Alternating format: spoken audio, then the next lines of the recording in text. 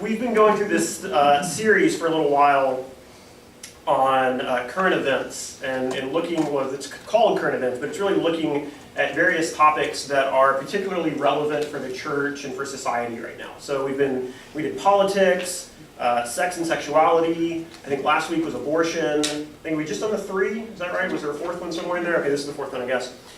This week, Brian asked me if I would preach on Christians and technology. And as with other topics that we've been discussing, the Bible doesn't directly touch on this. There's no specific direction for how the church should deal with technology in this modern age. Go figure, right? But in researching this topic, I was a bit surprised to find out how much the Bible actually does say that can help guide us. And so we're going to begin, actually, in the beginning.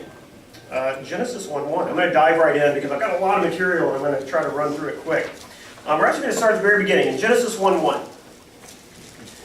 In the beginning, God created the heavens and the earth. The earth was without form and void, and darkness was over the face of the deep. And the Spirit of God was hovering over the face of the waters. And God said, "Let there be light," and there was light. And God saw that the light was good, and God separated the light from the darkness. God called the light day, and the darkness he called night. And there was evening, and there was morning, the first day. And then on the second day, God separated the waters and created the heavens. And on the third day, he created land, and he created the plants. On the fourth day, God created the sun, the moon, and the stars. On the fifth day, he created the birds of the air and the fish of the sea. On the sixth day, God created animals on the land. And finally, also on the sixth day, he created humanity. And so we'll pick that up in Genesis 1 and verse 26. Then God said, "Let us make man in our own image, after our likeness. And let them have dominion over the fish of the sea and the birds of the heavens, and over the livestock, and over all of the earth, and over every creeping thing that creeps on the earth." So God created man in his own image. In the image of God he created him. Male and female he created them. And then over the course of the seventh day, God rested from all of the work that he had done in creation. So every natural thing that we know, the earth, the oceans, the sky, animals, you and me, we're all created by God. It's what we mean when we refer to creation with a capital C. It's God's creation. This is all of God's creation. He is the creator. God himself is a creative being. So in making us in his image, he created creative beings. And so, being made in the image of God, who made all of creation, we make things too. This is good and right and proper. We're designed to be creative and to make things. And so we, humanity, have made things almost from the very beginning. But not quite from the very beginning. The Hebrew word asa, is what's used through the Genesis story to describe all of the things that God made. So when you're reading through the first chapter of Genesis, first couple of chapters, when it says God made the heavens and the earth, God made the oceans and all these things, asa is the word that's used throughout all of that. The very first time that we see this word used in connection with Adam and Eve creating something is in Genesis 3. I'm going to pick it up in verse 6. "So when the woman saw that the tree was good for food, and that it was a delight to the eyes, and that the tree was to be desired to make one wise, she took its fruit and ate. And she also gave some to her husband who was with her, and he ate. Then the eyes of both were opened, and they knew that they were naked.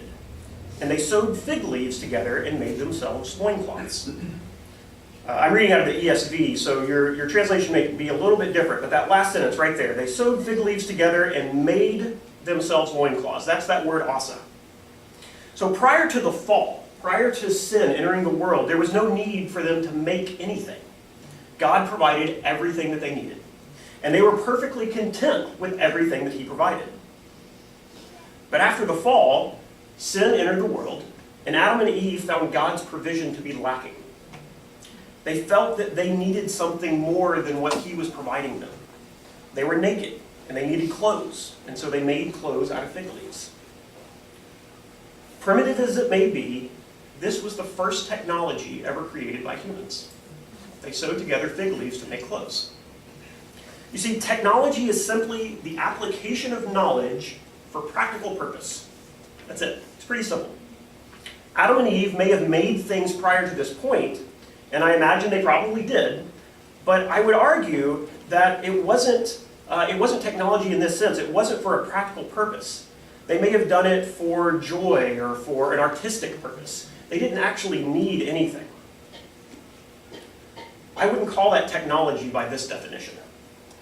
So I would argue that the very existence of technology is a result of the original sin.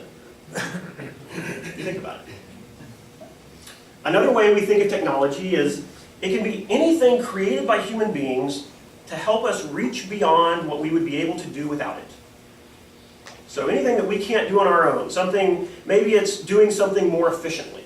So the printing press allows us to duplicate the written word far more efficiently than we could do by hand. Or technology can enable us to do something entirely new that was never before possible, such as going into space and landing on the moon. Today, technology is part of pretty much every aspect of our lives. So the clothes that we wear, the food that we eat, the cars that we drive. I don't need to convince you, we see this every day. There's technology all around us. But here's the thing. We have to remember that we live on this side of Genesis 3. We live on this side of the fall. And so our creation, our technology, is subject to the same curse of sin as we are. That's not to say that technology is itself bad, only that it's imperfect. And that actually leads me to the first point that I want to make, which is that technology is amoral, but not necessarily morally neutral. And I'll tell you what I mean by that. You see, technology itself, those creations of human beings to help us reach beyond what we could previously do, is what we might call amoral. It's neither overwhelmingly good, and it's not inherently evil either. It just is. What truly matters is how we use that technology. Take, for example, the technology involved in the construction of a building. So some of the guys here work in construction. There's carpentry, there's masonry and brickwork. There's all this technology that goes into the fashioning of tools used for construction, to move heavy materials like the stone and the wood. So you have this technology that itself is amoral. And if we look in Genesis 11, we see the construction of a tower to try and reach heaven using this technology. In verse 3, and they said to one another, "Come, let us make bricks and burn them thoroughly." And they had made brick for stone and bitumen for mortar. Then they said, "Come, let us build ourselves a city and a tower with its top in the heavens, and let us make a name for ourselves, lest we be dispersed over the face of the whole earth." Now, there was nothing inherently wrong with the technology that they used to construct the tower. It was perfectly fine. Crafting in stones and mortar to build their tower was totally fine. But look at what they did with it.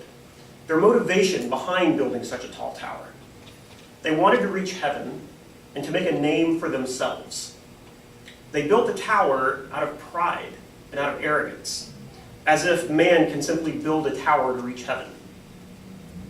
And of course, God confused their language and dispersed the people, and we know this as the Tower of Babel. This is a good example of technology, which is itself amoral, used in a sinful way. Now, generations later, we see perhaps more advanced technology, but similar technology used to construct a very different kind of building. In 1 Kings 6, we see in great detail how Solomon built a temple to God. But he didn't build this temple out of pride or ego. It was built out of obedience. See, originally David, his father, was the one who wanted to build the temple. And because he had the Ark of the Covenant, right? And he wanted to build a house for the Ark of the Covenant. But God said no. God said that it would be Solomon who would build that temple. The same technology, the construction of buildings, so carpentry and masonry, used by two very different sets of people for very different purposes. The author Tim Challies writes, Though the devices and tools we create are inherently amoral, at the same time, we would be foolish to believe that they are morally neutral. The things we create to assist us in overcoming the consequences of the curse also seek to dominate us, drawing our hearts away from God rather than drawing us toward Him in dependence and faith. So what kind of modern technology do we have today that can be used in our relationship with God? How many people have a cell phone in their hand right now? 1, 2, yeah. All right, quite a few. I'm sure some of you are checking Facebook, that's okay. But I trust at least a few of you have a Bible app open or are using that to follow along. Our phones, the internet, social media, all of these things can be used, are great things that can deepen our study of God's Word. And they can help us connect with God's people. I know on Wednesday night, they often use Facebook to stay connected with each other, to plan events. We used it to raise funds for the mission trip when we went down to Peru. These are not bad things by any stretch of the imagination. There are thousands of churches, ourselves included, that publish sermons online for people to listen to. There's countless Bible studies and reading schedules and Christian community groups and book clubs to help you go deeper into God's Word if you want. If the Great Commission is to go and make disciples of all the nations, then how great has the internet been in spreading God's Word to the far reaches of the globe? And these technologies can be used for other great things. My mom and my brother live in Georgia, and so we're able to stay in touch with them in a way that would not have been possible 30 years ago, much less 100 years ago. The way that we can stay in touch with our loved ones and connect with people is a great thing. In your hand, within that cell phone, you basically have access to the entirety of human knowledge today. Just think about that.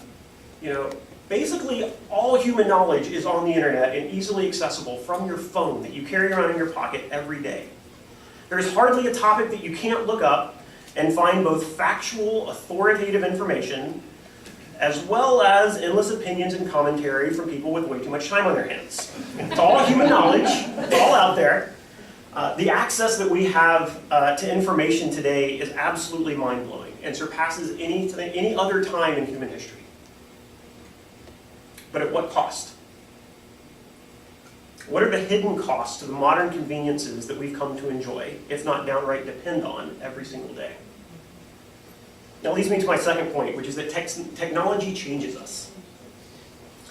A few years ago, a popular online ministry surveyed 8,000 of their readers, asking them to finish this sentence.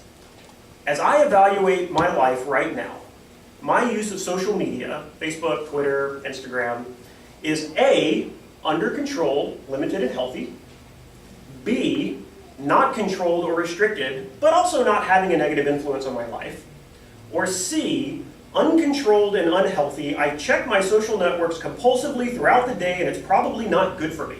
Does that ring a bell to anybody? You don't have to raise your hand, please don't. But think about that for a moment. First, how much time are you spending on social media regardless of whether you're using it for good or bad things? It's a lot of time that some people use or spend on it. But maybe it's not social media for you. I actually don't spend a whole lot of time on social media, but I read a ton of news sites. That's kind of my vice. Political news, technology news, all of that. And it's the same kind of content that people would share on Facebook a lot of times, and so it's actually kind of a lot of the same thing, and it's formatted the same way where I have apps that just endlessly scroll, and they're just designed to keep you in there for hours and hours at a time. So how much time are you spending on this? If you spend any time at all doing these things, I would bet that it's probably a lot more than you realize. I know it is for me. It's so easy to lose track of the time when you're so engrossed in these apps. And it's also surprisingly how quickly just checking it here and there really adds up. You're waiting in line at the grocery, you're, whatever, you just check quickly.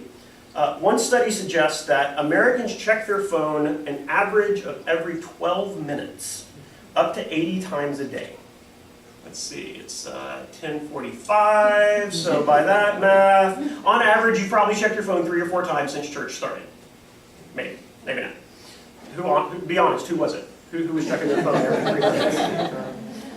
So this is where I have to confess a little bit. I have an app on my phone that lets me track how much I use different things. And so last week, I unlocked my, so I'm apparently below average. Last week I unlocked my phone an average of 40 times a day. But in those 40 times, I don't like admitting this, I spent an average of 3.5 hours per day on my phone. I don't know where that fits in the average of other people, but it felt like a whole lot of time for me to be spending on my phone every day. Now, some of that was like totally legitimate use. Like I use my phone for work and things like that. But I can also see which apps were being spent a lot. And sometimes I'm like watching TV before bed, that kind of thing. But a lot of it was just mindlessly reading news or watching TV before bed when I really should be going to sleep or whatever. So with all this time that many of us spend on social media or on our phones or in our apps, what does that do to our self-image? Social media especially.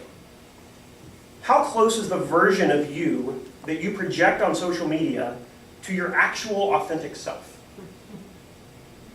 For most of us, I would guess that there are a lot of things in our lives that we leave off of social media, and that's probably a good thing. And for some of us, the person that we play online is just that. It's a character that we play that bears actually very little resemblance to who we really are. Every photo is perfectly composed, and you're using all the right filters in Instagram, and you're putting on all the right hashtags and all of that. Now, we're not intentionally being deceptive. Of course we want to share the happy moments of our lives, the fun vacation photos, the exciting new job or marriage proposal. For example, this last weekend, actually on Friday, Gabe rode his pedal bike for the first time. And so we were out there taking photos and videos and all that. And by the way, so we put him on his pedal bike, and I'm not kidding, within like a minute, 60 seconds, the kid was pedaling the bike and he was going off. And the reason we put him on a balance bike first. Where were these things when we were kids? So if you've never seen a balance bike, it has no pedals, right? It just teaches the kid to balance. And so they do that, and so by the time you give them a pedal bike, they already know how to balance, and then they can get off and run. It's just amazing. I love these things. So if you go and look at Elizabeth's Instagram feed, actually I think she posted it last night, there is a photo of Gabe riding his bike. And so, my mom in Georgia can see this, and her mom in Southern California can see this. It's not a bad thing. Posting these images is not a bad thing. The Christian historian Bruce Hensmarsh worries that we're creating what he calls an audience-oriented sense of self. You're constantly thinking about communicating to an audience, and that can be very damaging. We have become performers on a stage of social media, carefully crafting our appearance before an audience, seeking to impress and rouse applause, or likes and shares and favorites and retweets and all of those things. For all of the friends that we have on social media, this is a really lonely world. That loneliness stems from the loss of physical, embodied relationship that cannot be replaced by friendships online. That's not to say that you can't use technology and social media to enrich personal relationships. We've already talked about how you absolutely can use technology for these positive things. But our closest relationships cannot flourish in these kind of disembodied, remote connections. At work, I manage a team of 5 engineers who are all geographically distributed. And we have 3 of us in the Bay Area, 1 in San Francisco, 1 in Mountain View, 1 in Sunnyvale. So we're all in different offices. We have 1 in Los Angeles, 1 in Washington, D.C., and 1 in Cambridge, Massachusetts, outside of Boston. And we have the absolute latest technology and these telepresence tools. So we all have a video conferencing unit on our desk, and we're logged in all the time. And so we're sitting there having normal conversation like you would in an office environment, but we're spread out all over the country. And it's amazing. It works remarkably well. But we still get together once a quarter because you can't do everything online. There's something about being in the same space and breathing the same air and that direct physical personal connection with people. And while I really enjoy working with my team, we're not really close outside of work. So if this is true, that you need this close personal connection, if that's true even in a work environment, then how much more true is it for the closest connections in our lives, the closest relationships? There's a reason that we're all here in the same physical building right now. Sure, we could have done this remotely. We could have all sat at home on our computers or on our phones and just watched, me talk to a screen or whatever. And some churches absolutely do that, and that's great. That's totally fine. I'm not trying to knock that at all. And maybe we should have this morning so then we can all avoid the pumpkin festival traffic. But there's something that's lost when you replace real community and in-person relationships with what's frankly second-rate online approximations of that. There's a place for technology and social media and online connections, but it can't be to the exclusion of real in-person connection and relationships. And finally, I want to talk about some of the additional risks of having an always-on, always-connected device in your pocket at all times. I'm also going to drink some water.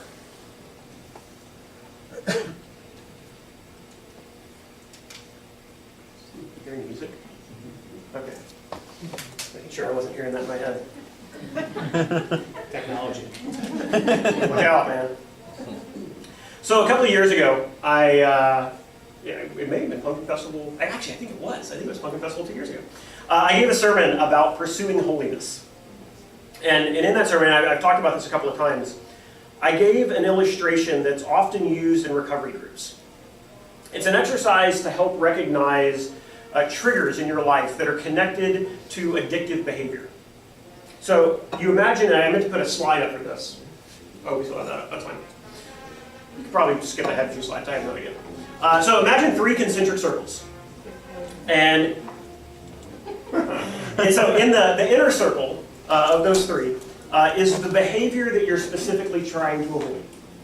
Okay, so drinking, substance abuse, fornication, pornography, whatever it is that sinful behavior so those are more common in recovery groups, so drinking and substance abuse, those kinds of things. But it can be anything that the Bible calls sinful that you're struggling with. These are typically objectively sinful behaviors. These are things that the Bible is very clear about. So then the second circle, so that's your inner circle. That's the thing you're trying to avoid. The second circle are things where you would list things where they may not be harmful and sinful in and of themselves, but you know that for you, they often lead to that inner circle behavior. So Brian's favorite analogy that you've all often heard is that if you're on a diet, you don't hang out at the bakery, right? So in that case, gluttony or whatever you want to call it would be that inner circle behavior, and the bakery is that middle one, is the next one out. So if gluttony is your inner circle behavior, then the bakery might be in your middle circle list.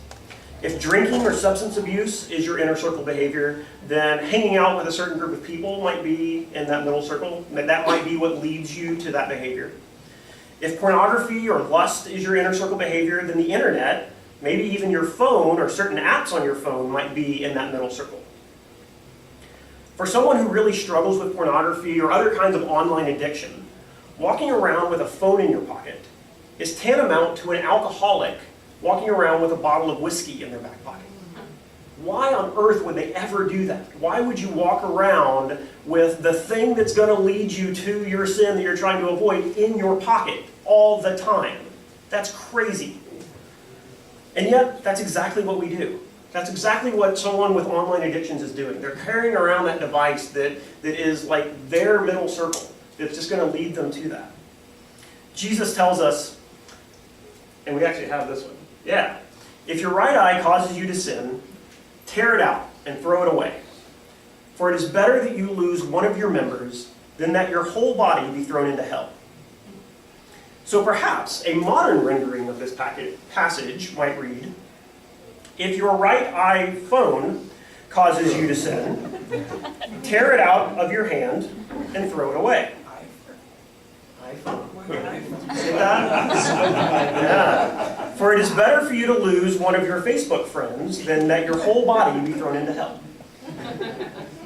We all laugh, but maybe it's not such a bad idea, right? Now, I'm not telling you to get rid of your phones and stop using Facebook, but for some of you, maybe it wouldn't be such a bad idea. Maybe it wouldn't be a terrible thing.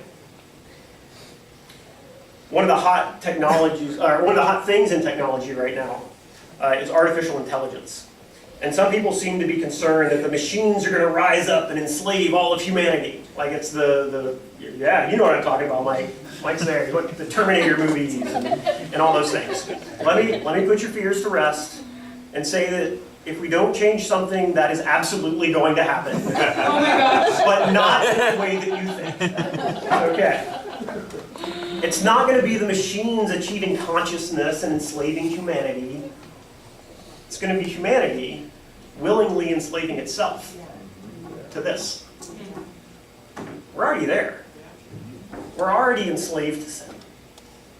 If you want to learn more about the distractions, I actually went a lot faster than I was expecting, which is great because we can all go hang out at Pumpkin Festival.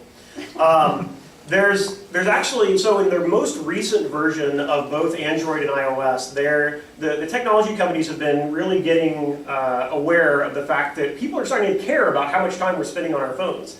And there's technology in both Android and iOS to help you keep track of this. On Android, it's called digital well-being, and on iOS, it's called screen time. And I think maybe it's only in the most recent version, so maybe it's on recent phones, I don't know entirely. But there's also a really great group, and I didn't put this up here, called the Center for Humane Technology. And it was started by a former Googler. He was his job title was a design ethicist.